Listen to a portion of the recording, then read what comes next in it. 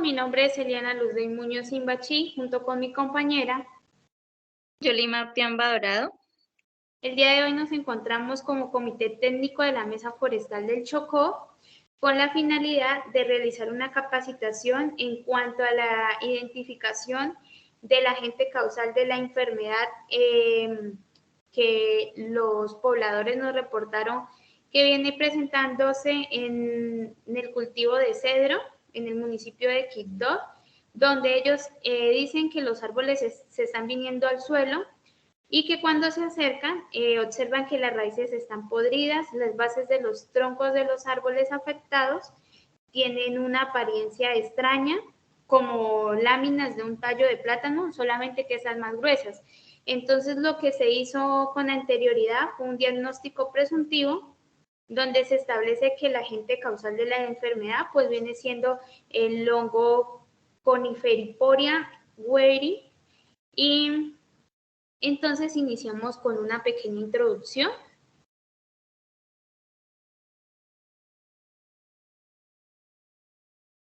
Bueno, entonces los hongos son organismos que se adaptan muy bien en lugares húmedos y con poca luz.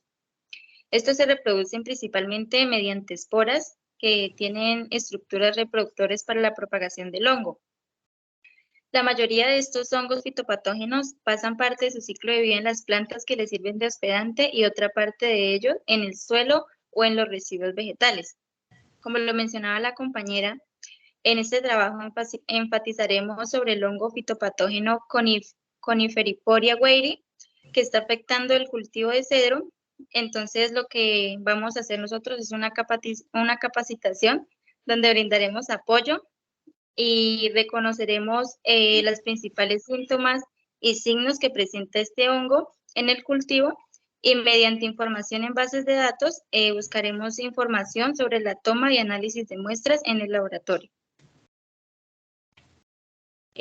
Como objetivo del encuentro tenemos uno general que viene siendo comprender el proceso sistemático requerido para realizar un diagnóstico presuntivo y de confirmación que permite identificar el agente causal de la enfermedad.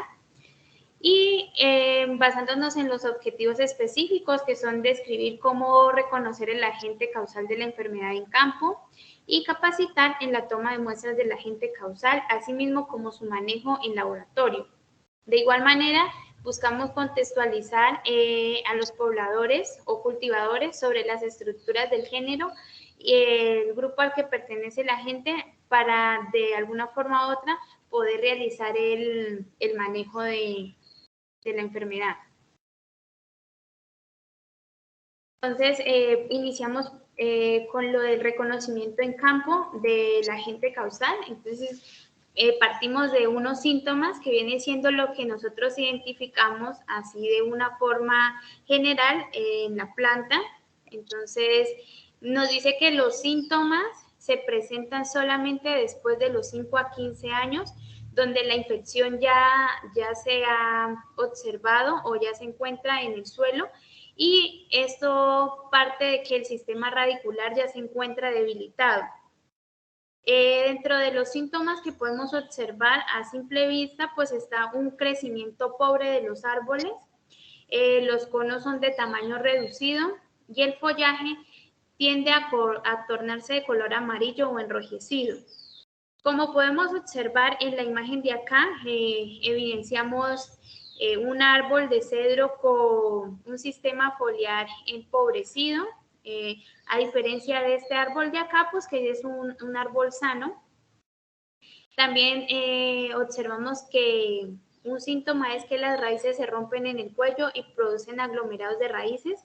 En la imagen de acá podemos observar ese rompimiento en el cuello, y además de que la madera se encuentra descompuesta por una podredumbre amarilla en el cuello, que viene siendo esta, no sé si se alcanza a identificar, esta podredumbre pequeña.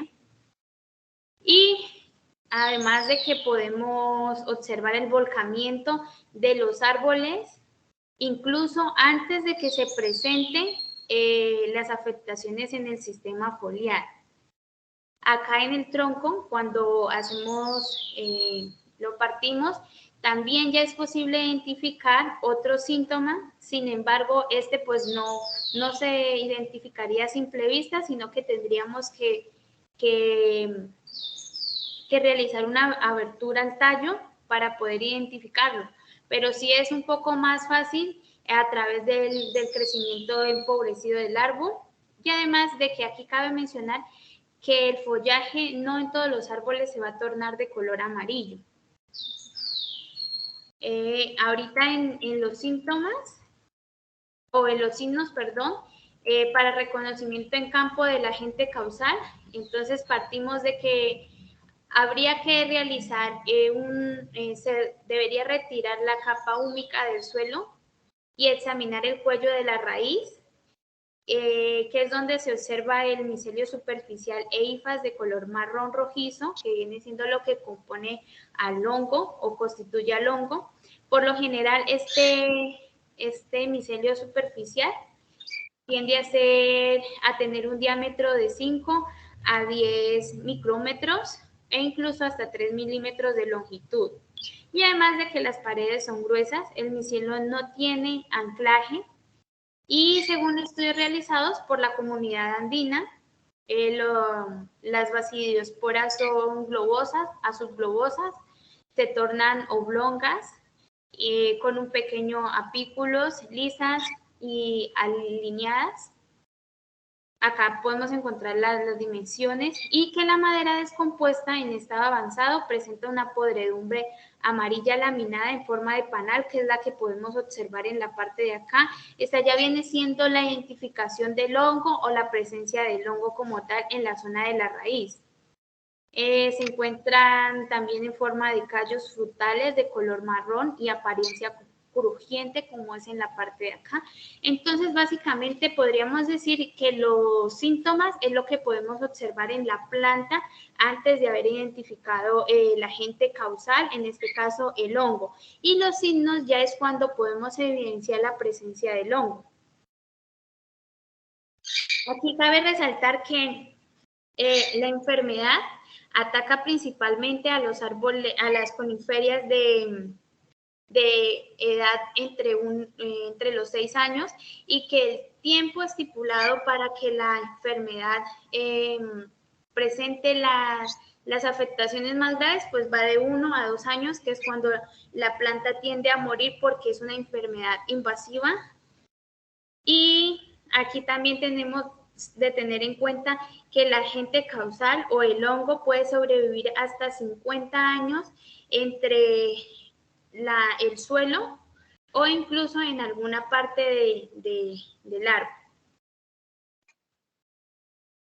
En la toma de muestras, por favor, nuestra compañera nos ilustra. Bueno, entonces, como lo mencionaba la compañera antes, de los síntomas que tiene este hongo, muchas veces, a veces es muy difícil definir con precisión qué hongo es el que está afectando cierto cultivo. Entonces, no basta solamente con describir los síntomas así a simple vista o tomar fotografías, por lo cual es importante realizar muestras y llevarlas al laboratorio. Entonces, para tomar las muestras de este hongo, lo primero que se realiza es un análisis para tomar varias muestras de la planta donde se represente el daño del patógeno, y se deben registrar datos importantes para realizar este diagnóstico. Entonces, lo primero que se realiza es obtener muestras representativas de la enfermedad que se están observando en las plantas, mostrar plantas que tengan síntomas, pero que no tengan excesivo de hojas, tallos y plantas. También se debe tener en cuenta que las muestras no tienen que ser plantas que estén totalmente podridas. También se tienen que tomar muestras que tengan aún tejidos vivos y que no estén a punto de morirse, ya que la muestra podría alterar el resultado. Entonces, para muestrear se debe tener en cuenta que se debe dirigir exactamente en la zona afectada y debe estar siempre en un tejido sano y también un tejido infectado de la planta. Entonces, ¿cómo muestrear? Entonces, lo primero que la persona que va a realizar el muestreo tiene que tener información relevante, como es la ubicación, el nombre de la parcela, la fecha del muestreo, datos del técnico, del dueño de la parcela, bueno, datos generales para poder realizar un diagnóstico general de las enfermedades. Entonces, para realizar esto, se deben considerar puntos importantes. Para la toma de muestras de estos árboles que son de una altura mayor a 1 metro, se deben enviar al menos una planta en trozos. En alturas menores de 1 metro, enviar plantas en trozos separando la raíz. En el caso de cancro o agallas en ramas, se recomienda cortar las ramas en varios centímetros lejos de cada lado del cancro, incluyendo algo de tejido vivo en la muestra. Entonces, cuando es necesario recolectar plantas con raíz en campo o invernadero, es recomendable cavar a una profundidad adecuada para evitar el daño de estas. Entonces, se evita retirar todo el suelo o el sustrato adherido a las raíces para que la planta pueda sobrevivir. Estas raíces deben separarse de la planta y lavarse inmediatamente antes de enviarse al laboratorio y se deben colocar en una bolsa de plástico debidamente etiquetada con la información necesaria. El envío de la muestra al laboratorio es muy importante. Entonces, lo primero que se debe hacer es enviar plantas con síntomas y sin síntomas de forma separada y marcar en la etiqueta. Si la muestra que se toma el mismo día no se puede enviar, es muy importante conservarse en refrigeración. Las muestras de plántulas debe considerar plantas completas con su cepellón en una bolsa de plástico correctamente sellada. Las muestras que tenga presencia de cancros o agallas en ramas de árboles, es muy recomendable utilizar bolsas de plástico bien selladas para realizar el envío. La determinación de hongos fitopatógenos en plantas de campo requiere que éstas se envíen separando las raíces de la parte aérea. El análisis de laboratorio, lo primero que se debe realizar es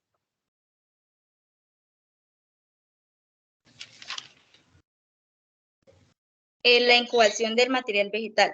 Entonces, uno de los primeros pasos que se realiza al regresar del laboratorio es colocar la muestra de tejido enfermo bajo condiciones que permitan al agente infeccioso crecer e inducir la esporulación. Este proceso se realiza en una cámara húmeda que puede ser un plato de Petri esterilizado, el cual contiene un papel filtro húmedo en el fondo y una pirámide formada con tubos de vidrio, sobre la cual se debe colocar la muestra para que ésta no esté en contacto directo con el papel húmedo, y para muestras grandes como las que tomamos en el árbol de cedro, es necesario colocar estas muestras en bolsas plásticas o cajas. El aislamiento e identificación de agentes, entonces, para el reino fungi se requiere colocar pedazos de tejido vegetal infectado en varios medios nutritivos. El organismo que crece a partir de este tejido se aísla luego en un cultivo puro. Cabe destacar que a veces pueden ocurrir varios problemas cuando se trata de aislar el agente patógeno de la planta. Entonces, el tejido vegetal infectado puede contener uno o más saprofitos que han movido el tejido infectado, y estos saprofitos pueden crear más que el patógeno de la planta en el medio nutritivo, obstruyendo la identificación precisa del patógeno.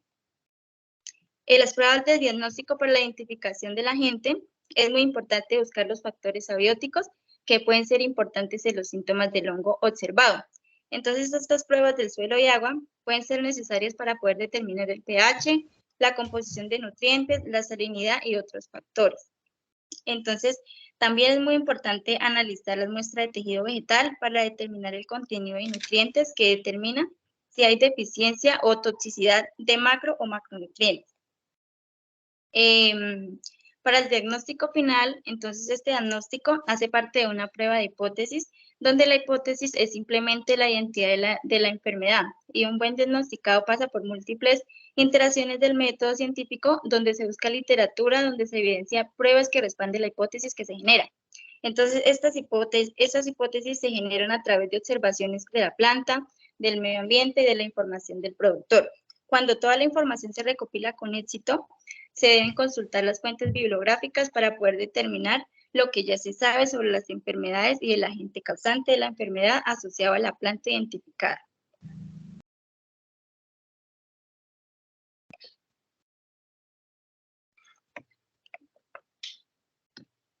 Aquí encontramos la taxonomía del hongo. Entonces, lo que nos indica la taxonomía es ordenar los organismos vivos de acuerdo a lo que se presume de las relaciones naturales.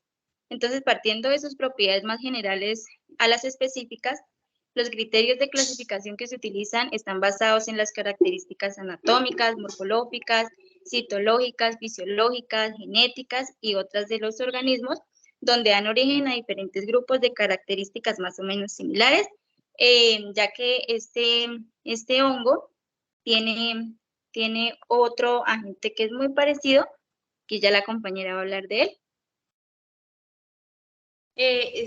Pues pertenece al mismo género básicamente, pero la diferencia es que tiende a ser un poco más abultado, no se presenta en forma de llaga. Entonces la taxonomía aquí es importante porque nos va a ayudar a identificar el reino, la clase, y esos a su vez el género también nos ayuda para que podamos explicar un poco mejor lo de las estructuras e inclusive la reproducción. Aquí cabe resaltar que para la especie Coniferiporia hay una similitud, o se la conoce también con el nombre de Pellinus weyeri, que viene siendo la misma enfermedad, solamente que como esta enfermedad no es originaria de América del Sur, sino que es de América del Norte, allá principalmente se encuentran las afectaciones, entonces allá se le conoce con ese nombre y también se puede encontrar información relacionada con el tema. Para las estructuras morfológicas macroscópicas del hongo, como ya lo mencionaba, pues no hay mucha información acerca de la estructura del hongo como tal. Entonces, partimos de la concepción de que el hongo pertenece a la división del Basidiomycota. Entonces, decimos que la estructura está compuesta por un micelio que está en la parte de acá abajo, una volva, un anillo intermedio, una láminas que están en la parte de acá, o himenio, y un sombrerillo que está en la parte de acá albergando los basidios, y dentro de los basidios en la parte final encontramos las esporas, que son las encargadas de la reproducción o de la propagación de la especie.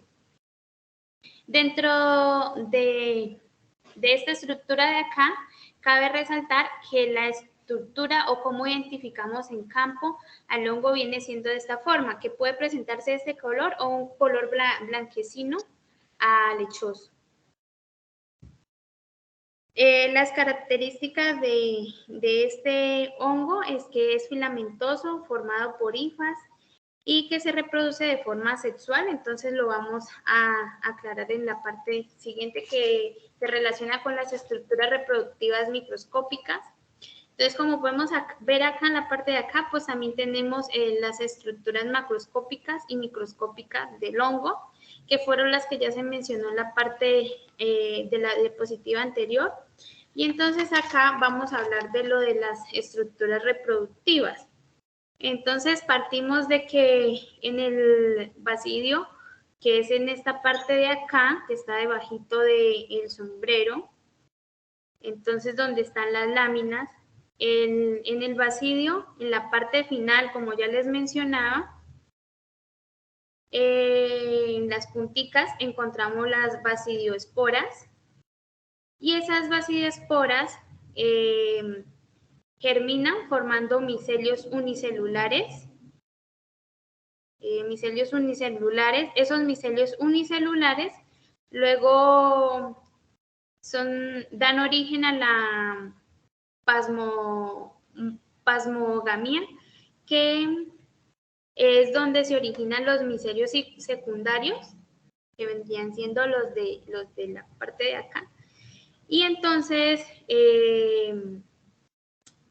ahí mismo, después de originar esos micelios secundarios, se forma un cuerpo fructífero, y ese cuerpo fructífero lo conocemos como basidioma. Posteriormente los basidios luego sufren la cariogamia, que origina un solo núcleo diploide, y después se dan 2 etapas de división meiótica, originando a 4 núcleos haploides. Eso ya lo encontramos seguido en la parte de acá. Para eso la flechita nos va indicando. Después de obtener las 4 células, los 4 núcleos haploides, perdón, el basidio cambia su morfología dependiendo y formando esterigmas, las cuales migran a los 4 núcleos que ya mencioné, que se encuentran en la parte de acá, y forman las basidiosporas, y que esas fueron las que mencionamos que están en la parte final, pues vienen siendo las que comienzan nuevamente el ciclo de reproducción. Y básicamente en eso consiste toda la reproducción microscópica de la agente causal, pero esto partiendo de que el agente que estamos mencionando pertenece al grupo de las Basidiomycota, porque pues como ya les mencioné, no se encontró información referente al agente que estamos trabajando. Entonces acá está el nombre de toda la intervención o de todo lo que les dije, las partes que se ven involucradas. Y entonces la distribución geográfica reportada, por favor, compañera. Bueno, entonces en la distribución geográfica, después de realizar una búsqueda muy extensa, se pudo identificar que este agente no se ha reportado en América del Sur. Entonces este agente es muy nuevo para esta región y entonces por eso está la preocupación por este agente fitopatógeno que está causando tanto daño en este cultivo de cedro. Entonces se pudo identificar que este agente se presenta solamente en América del Norte, en los países de Canadá, Estados Unidos y Montana, Oregón y Washington. También, a pesar de que en el mapa no se nos reporta la presencia del agente en Asia, sí se ha considerado que la presencia se identificó anteriormente o que ahora no es tan problemática en Japón y en China.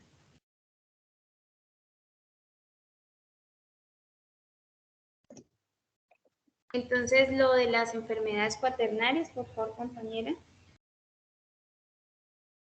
Bueno, entonces esas enfermedades cuaternarias hacen referencia a todas aquellas que son generadas por bacterias, hongos, viroides y virus, que son de origen cuaternario debido a que su presencia en el cultivo es invasiva y además es muy difícil de controlar y deja grandes pérdidas económicas. Este hongo que presenta amenazas para este cultivo de cedro, en la zona del estudio se considera de carácter cuaternario, dado que la enfermedad, como lo mencioné antes, ha causado y causará grandes pérdidas económicas si no se realiza un debido control. Se considera también que es de origen cuaternario porque ella, por lo general, el hongo se alberga en el suelo, como ya lo mencionamos, puede durar hasta 50 años en el suelo o inclusive en la corteza de los árboles. Entonces, él no tiene la capacidad de propagarse en áreas extensas, sino que lo probable es que si hay un árbol a 5 metros del árbol principal infectado, pues el otro también va a estar infectado. Entonces, la forma de propagar la infección o la enfermedad viene siendo a través de material vegetativo, es decir, partes del árbol que se encuentra la enfermedad o el agente causal, e inclusive entre los zapatos se puede pasar de un cultivo a otro con la herramienta, también cuando se comercializa el tronco del árbol o la especie, si esta especie pues ya presenta la enfermedad, lo más probable es que al comprador le estemos propagando la enfermedad, entonces por eso se considera que es una enfermedad cuaternaria.